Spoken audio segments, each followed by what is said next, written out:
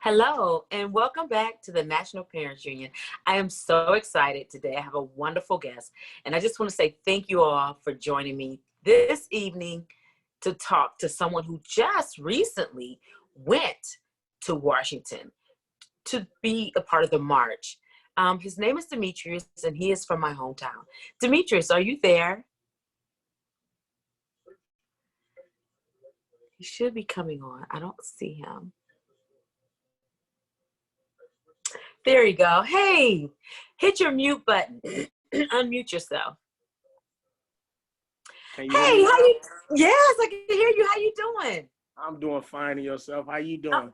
I'm doing good too. Yeah, I can't wait to dive in. But you've been doing okay, huh? Oh yeah, still recovering from the walks and stuff. My legs and everything. Still I bet. Um, just to give the people a little backdrop, Demetrius, you were on what was I want to say back in May or June, right? Yes. With a couple other people that I had, and it was a wonderful conversation.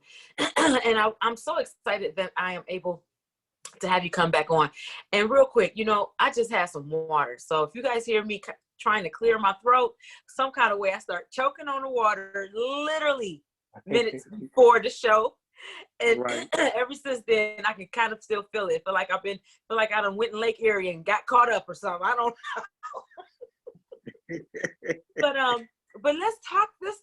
You tell me your journey. You contacted me what 3-4 days ago, and you were saying that you was telling me about the process. So tell me about your process. Where did you start from? And this is the march that you guys just returned from. And before you go there, can you just explain what made you want to start doing this kind of work? Well, I started the march with them in about August 9th to the 10th. That's when I started the march with them because they started off Frank Nitty and his family. They started off in Wisconsin. Wisconsin. They marched from Wisconsin all the way to Akron. And that's how I jumped in from Akron.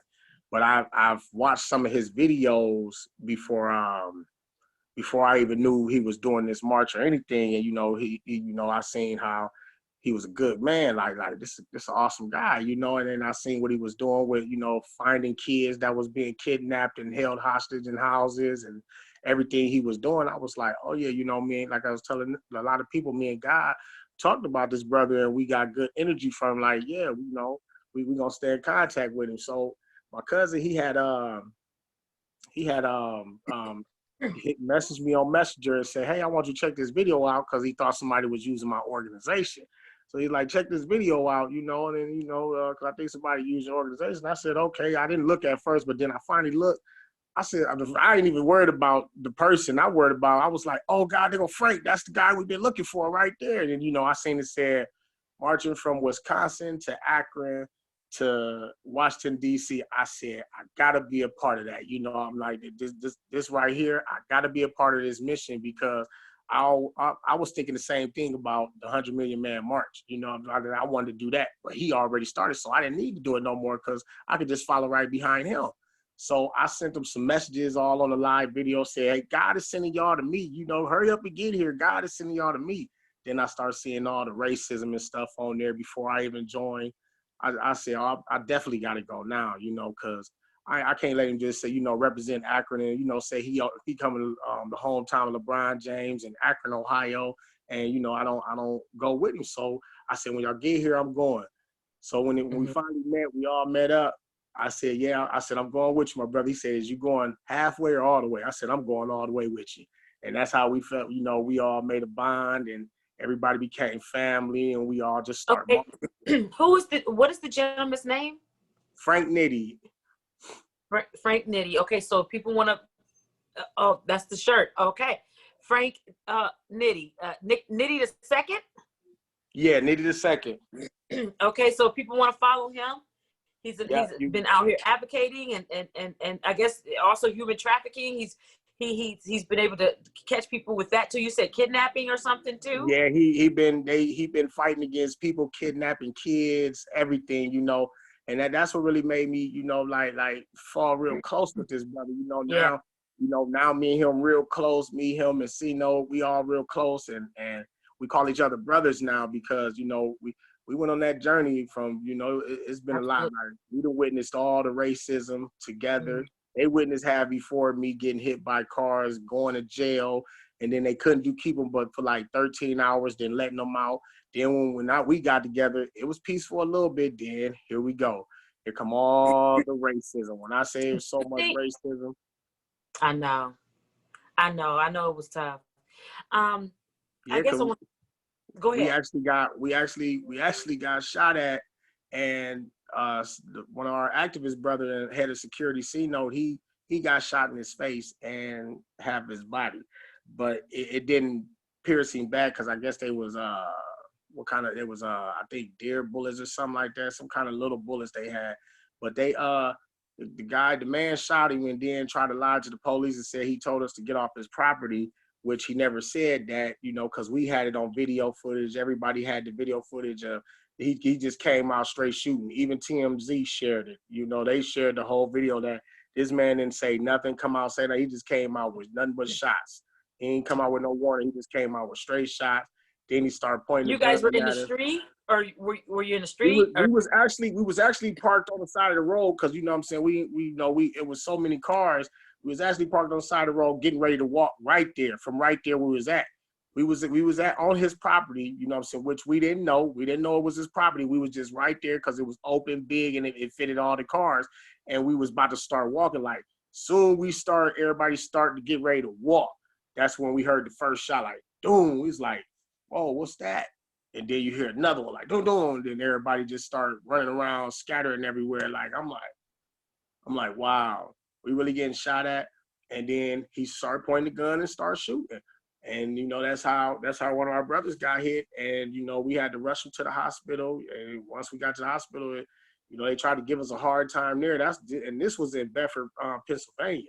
You know, that's where the heart of, you know what I'm saying, all the racism at right there, because they even made a video about us, Frank Nitty and the marchers and the group, and they had all their guns out. They was thinking that we was coming to the courthouse to burn it down. We not them type of people. Just because, you know, it's a lot of Black Lives Matters and looters and violent people. You know, we come with peace. You know, we marching peacefully. We not coming with, you know, to destroy your city and your territory or to come bully y'all. No, we just marching through all the way till we get to Washington, D.C. They was trying to stereotype us and make us to be some bad people, but they was mad in the end because we still was peaceful. We still was telling them we love you, even them pulling guns at us and everything. They pointing them at us. The State Highway Patrol was telling them to put that gun down there, not doing nothing to y'all. You know, y'all need to back up over that way.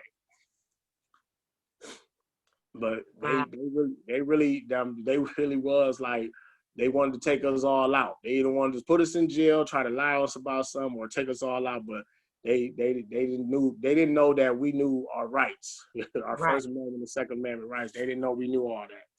Absolutely. Now that was in PA. So from PA, where was the next state? We were still halfway. We were still in Pittsburgh and PA. We were still in that area before we hit Maryland and Washington. You know, because when we hit Maryland, you know, the people fell in love with us right there. But because when we had, I say we started there. We went back to Paramount, Ohio. We did a backtrack when I started the group with them. It was more racism going on before we left Akron. There was more racism going on. And, you know, they were saying, get out of here, nigger, and this. We don't want y'all in our city, our town. And then it was doing when we was going through Akron, like through Hartville, Uniontown, or they were saying the same thing, giving us fingers and stuff. Get up out of here. We don't want you here. White lives matter, you know what I'm saying? Blue lives matter, you know. Well, this is how we is. We know everybody's lives matter. Yes, Black lives matter. Yes, white lives matter. Yes, all lives matter. Children's lives matter. We understand that, and we not against that. But right now, y'all gotta understand that Black lives do matter right now because we the ones are crying out because there's more deaths in our community and kids getting killed than anywhere else. White people aren't crying out. White people aren't saying that this is an unjust thing. Like what I'm saying is that as far as any unjust things that has happened to them, but we are saying this is happening. Can't you see? I was on. Lately, I have not been on social media that much. But I was on it, and I did see this white gentleman. He was beefing up at the cops or whatever. He had that big truck, big black truck or whatever, and they didn't do anything to him. They just, didn't even, they're not. And my thing is, I did not see a lot of coverage. Like, there's not a lot, even though this was a DC event, I did see a little bit, but I didn't see, it wasn't like covered. And I wonder why. It's to the point where, just like I said, we didn't come with disrespect or nothing. We came with peace. Right. But we not demanding nothing else really from y'all. We demand just change. We a bunch of activists and civil rights leaders that demand just change. That's all we want is change. You know what I'm saying? We're not asking y'all for nothing else. Just do your job. Because if we have to get out here and do your job for you, we don't need y'all. We don't need y'all help if we got to do the job. Y'all saying this is your city. Get out your city. Get out your town. Well, then why don't you help your city and help your town? Why don't you go into communities where the Black families going through what they're going through? You see all these homeless people out here.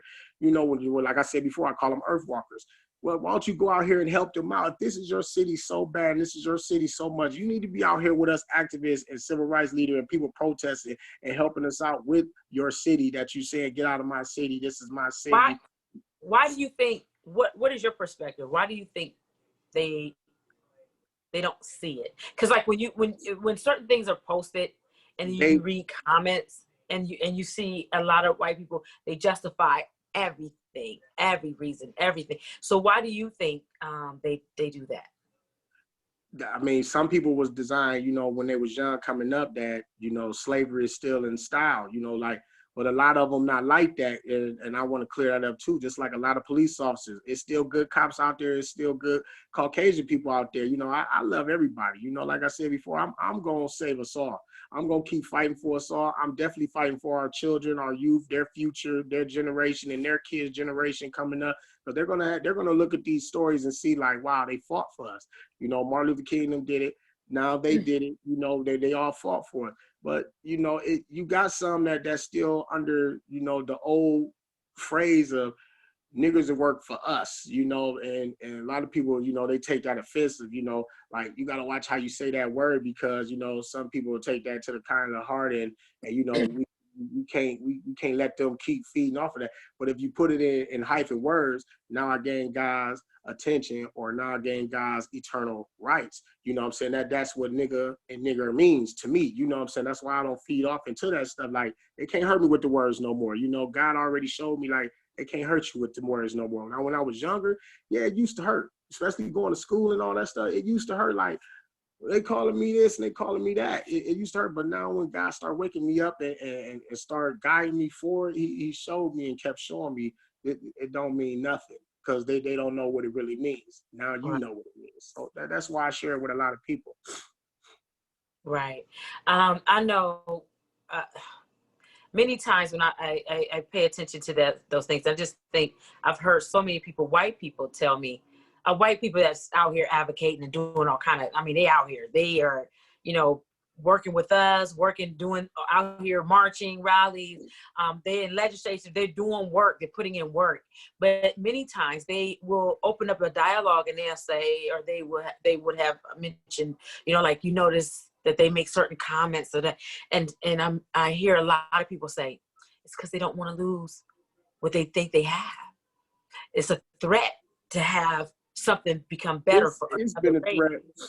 I apologize for cutting you off, but it's been a threat since they start seeing a lot of us wake up. You know what I'm saying? Some of them gonna jump in and want to be a part of it because they know that we waking up. You're no longer finna control us and belittle us and stereotype us because they always do it. And they, like I said, they've been doing it. They've been stereotyping our whole group, thinking that we just a bunch of terrorist kids, violent kids, and they're gonna go tear this up. Y'all better watch out y'all neighborhoods because they're gonna come just because of some other Black Lives Matter activists that did what they did or messed up. You can't look at everybody like that. You know what? It wasn't even. It was just looters. They weren't like.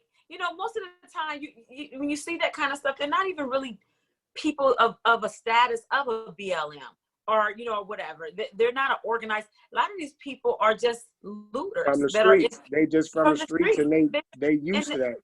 Right. That's not, I haven't yet to see that a BLM organized that come, you know, peacefully just go and just burn down a city or something, you Right. know? That's how I feel. They don't do it. It's just like I said, it's just we have to, you know what I'm saying? Like we trying to protect y'all. Y'all are the queens of the nation. So I'm speaking for me, and I'm trying to reach out to all the fathers. As us fathers and men, to protect all of our women and our queens, that goes for all over. We have to come to the agreement together to take our communities back for these kids, you know, and for the community, so that the women and the kids can be safe. Because the more we keep letting them do what they're doing, they're going to be addressed and labeled as looters, stealers, violent people, and they're going to keep coming at us like that. But once we come together and take our community back and show them that, look, y'all, we want y'all to do something better, because we did everything for y'all in our time. We done all changed our life around. Now y'all could do this or do it better than us now, and make the world a better place for y'all generation to come up, to the next generation to come up. Because we already put our foot in the door already for y'all and wiped our feet on the mats. We already did that. The women and the rest of the kids need to sit down. Once we get all the fathers across the world to do that, you know what I'm saying, the fight for our kids, like, and not put no guns in their hand, or let them stay out here in the streets with their friends, or up all night 24/7, skipping school and all that. Once we wake up from that and work together from that, then I think we'll get a bigger change process going on. Because they're going to keep stereotyping us and trying to lock our kids up, even if you know how they do it. You ain't got to have no record or no felony record, and you get caught speeding, or you get one drug charge or anything. Damn, that's automatically they trying to put you in jail and try to give you a number. You know, try to mess your life up. Well, you know, in Ohio, if they're gonna get you, you never just gonna get one charge. They always gonna make, especially they your get first in offense, Ohio. That's another thing I was saying. They're gonna In make sure Ohio, you have two. They're they gonna get make sure you have multiple 2 or 3. charges. Like they paying multiple charges on you in Ohio, because Ohio is a cop-out state.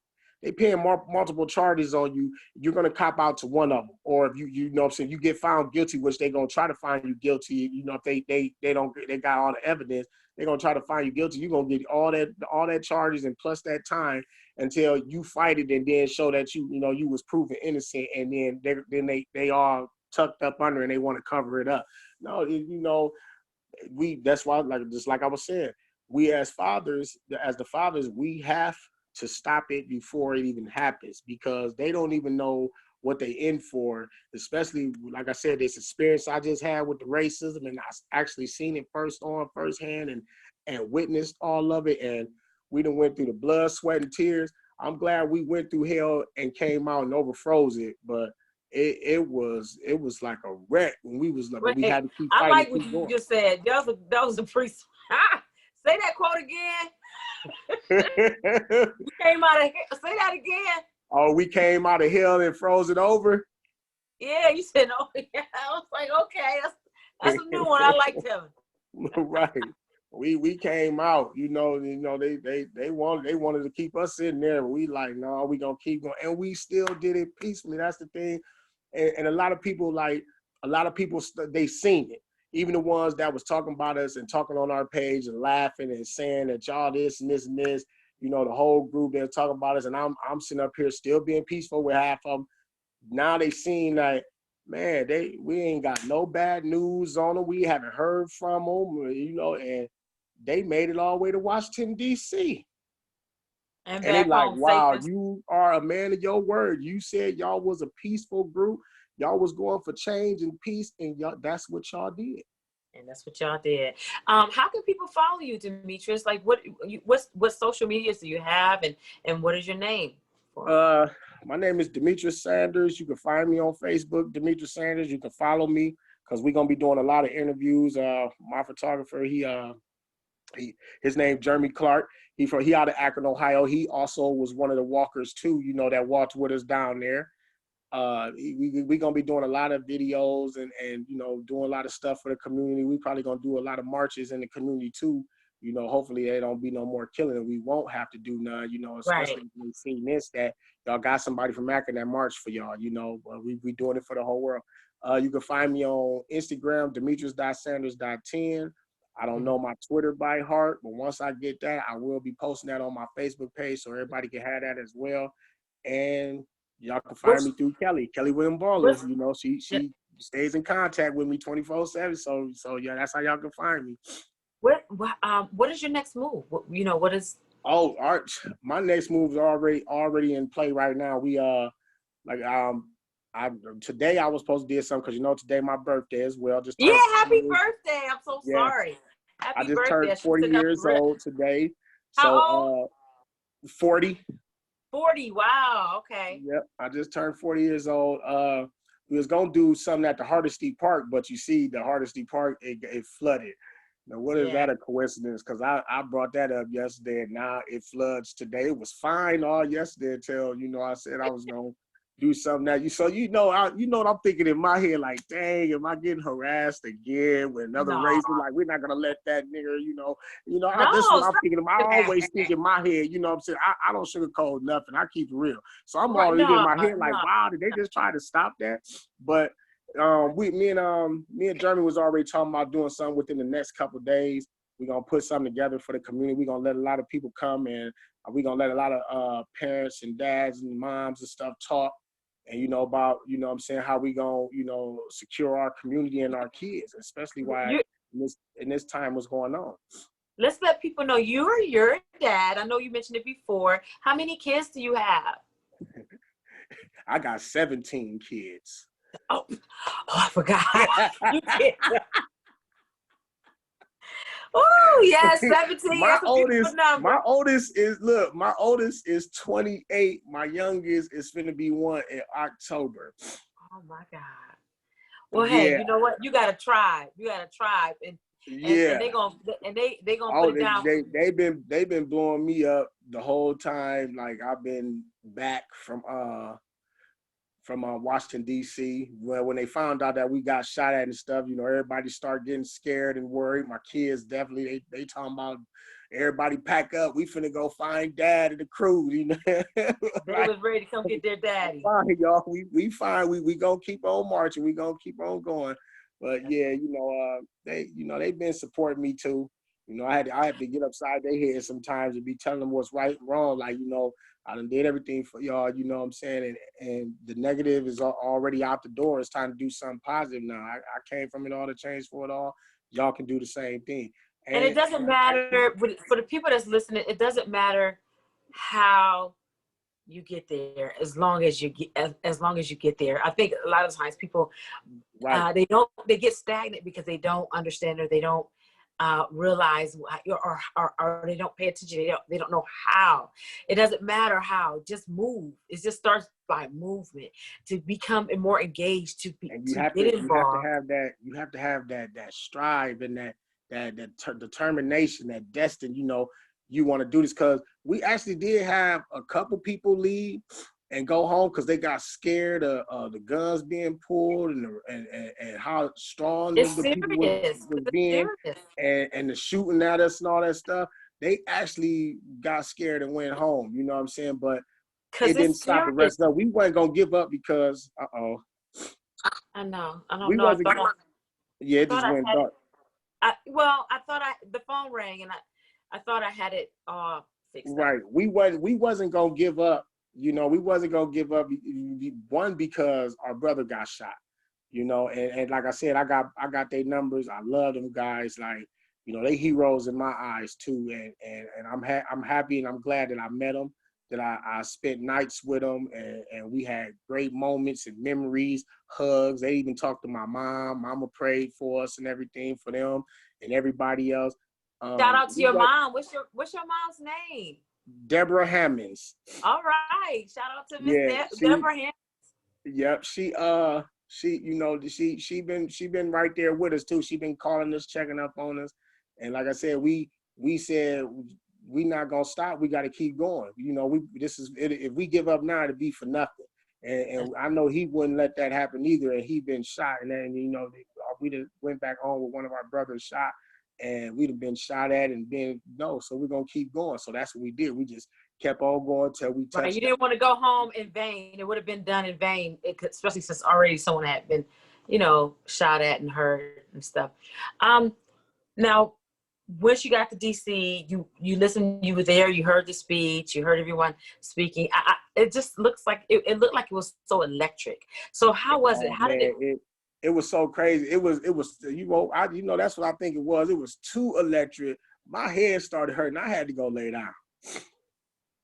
Because there was a lot going on. There was so many people out there. I'm talking about everybody getting to know each other. I met some guy, I can't remember who he was, but he's very known across the world. It's not Al Sharp. It's another guy. I can't remember his name, but he's very known. They're like, do you know who that is? You were just talking to him. You were shaking and stuff. I said, no. I'm like, no, because I'm already like my head throbbing, and I'm trying to get up out of the hot areas because we was all like everywhere. Everybody was everywhere. I'm talking about, it had to be at least 100, 200, 300, maybe 400,000 people there. And we was taking pictures. I was taking pictures by the statues, and people was inside there. Well, the people that supposed to be inside were the penny. I call it the penny. I don't call it the mall. I call it the penny with Martin Abraham Lincoln. That we taking pictures and everything, and I had to leave. I said, I gotta go lay down because my head hurting real bad. They said, go ahead. I already knew they was gonna execute anyways and say everything they need to say and what we need to do. And like I said, this is your march. You the leader, so you know what I'm saying, we all got to go by what you said. But we know that it wasn't over with. Right. Once we left Washington, D.C., we still had work to do. Right. And I already knew right then and there, it's not gonna stop. Now it's time to go back home. Now it's time, to fight for the community and the kids and everything. We fought for the racism. We getting a change for that because they seen we came and we made noise for that. Now it's time to fight for our communities and our kids and our youth and and the people. I want to say that if anyone goes to DC, man, DC is a beautiful place though. It's fabulous. Yeah. And I always tell people, if you do get a chance to go, make sure you go to the African Museum. Were you able to go to the museum?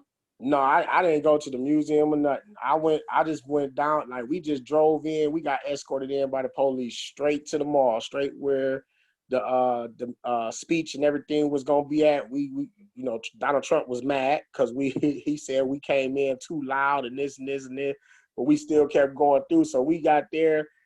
We all stayed in that circle, had a good time there. And he said, wait. Donald Trump said y'all was too. Yes, it was on. He actually said it on the news too. I shared it on my live. I have to check it out. He was mad because we came in and he said we making all that noise, protesters, and I was like, what? I mean, first of all, just like with the Bedford, PA. You look at the other one with Bedford, PA. I shared that one too. They all had their guns, and it was nothing but white people. It was a girl just coming through. She said, I don't know nothing about the Frank Nitty movement or march that's going on. They said, yeah, Frank Nitty, them, they came into town. They like 4 hours away. I was like, what? I said, that man, they really want to kill us. Like, they actually really wanted to kill us. Well, thank goodness nothing, more happened than what happened. Than one, and of course, pray for his speedy recovery and everything. And I know with you, it always, the time goes by so fast. And I know I need to wind this up, but I'm just so happy for you. I'm so proud of you that you're doing all the things you're doing. And before I go, I always want my listeners to know, first of all, I always want to just say thank you and how grateful I am that people will come and tune in and listen in. And I'm not for certain how long they listen. It could be for 10 minutes. It could be for 5 minutes. It could be for the whole time. Whatever it is, it doesn't matter. I'm just so happy, so grateful that people come and listen in and hear what we're talking about, our issues that are of true concern. So in that in itself, I'm just so happy. I am Kelly Williams Bullard. This is the Parent Effect. And I'm just so happy through the National Parents Union. Another thing, my viewers, if you are not a part of the National Parents Union, I suggest to you to look into it. Go to nationalparentsunion.org and become a part of it. Subscribe to it, get the newsletter. Just hear what's going on. That's all you got to do. We got great things always occurring, always coming up. So stay in tune to what's going on, because especially if you have children, and I assume most of you that tune in have children. So, check this out. It's National Parents Union is everything. I just love them so much, and I love what they stand for. I would not be here today if I didn't have them, And Demetrius, I know you signed up about a week ago, and I just want to say thank you so much for signing up. And now you'll be able to hear all the things that's coming up, all the opportunities, and all the just information, issues, concerns, that's coming up. You'll have that versus, just getting it or hearing it through something else. You're going to get it directly through your emails, So And I want to thank you too as well, because if it wasn't for you, Kelly, you always have my heart and my best interest, because you always have my back. When we first met and first talked. So I want to thank you and take my hat off to you too. Thank you. That's so sweet, so sweet. Well, how did I met you through your nephew or cousin? It's really my little cousin, but I call him my nephew because I've been around them all ever since they was babies. Ethan Martin. Ethan, yes. So make sure you let him know I said hello. Is he out of school now, or does he have another year? Yeah, he got another year. He got one more year. You got one more year. Okay. Yep. I used to be with him in a science class. He was an entertaining young man. Smart, but entertaining. So that's good. You make sure you let him know I said hello and send all my love to him. Okay. Thank you so much. And thank you everyone for watching. God bless. Take care. And I'll have you back again. Bye-bye. Okay. Bye-bye. Okay, you're out.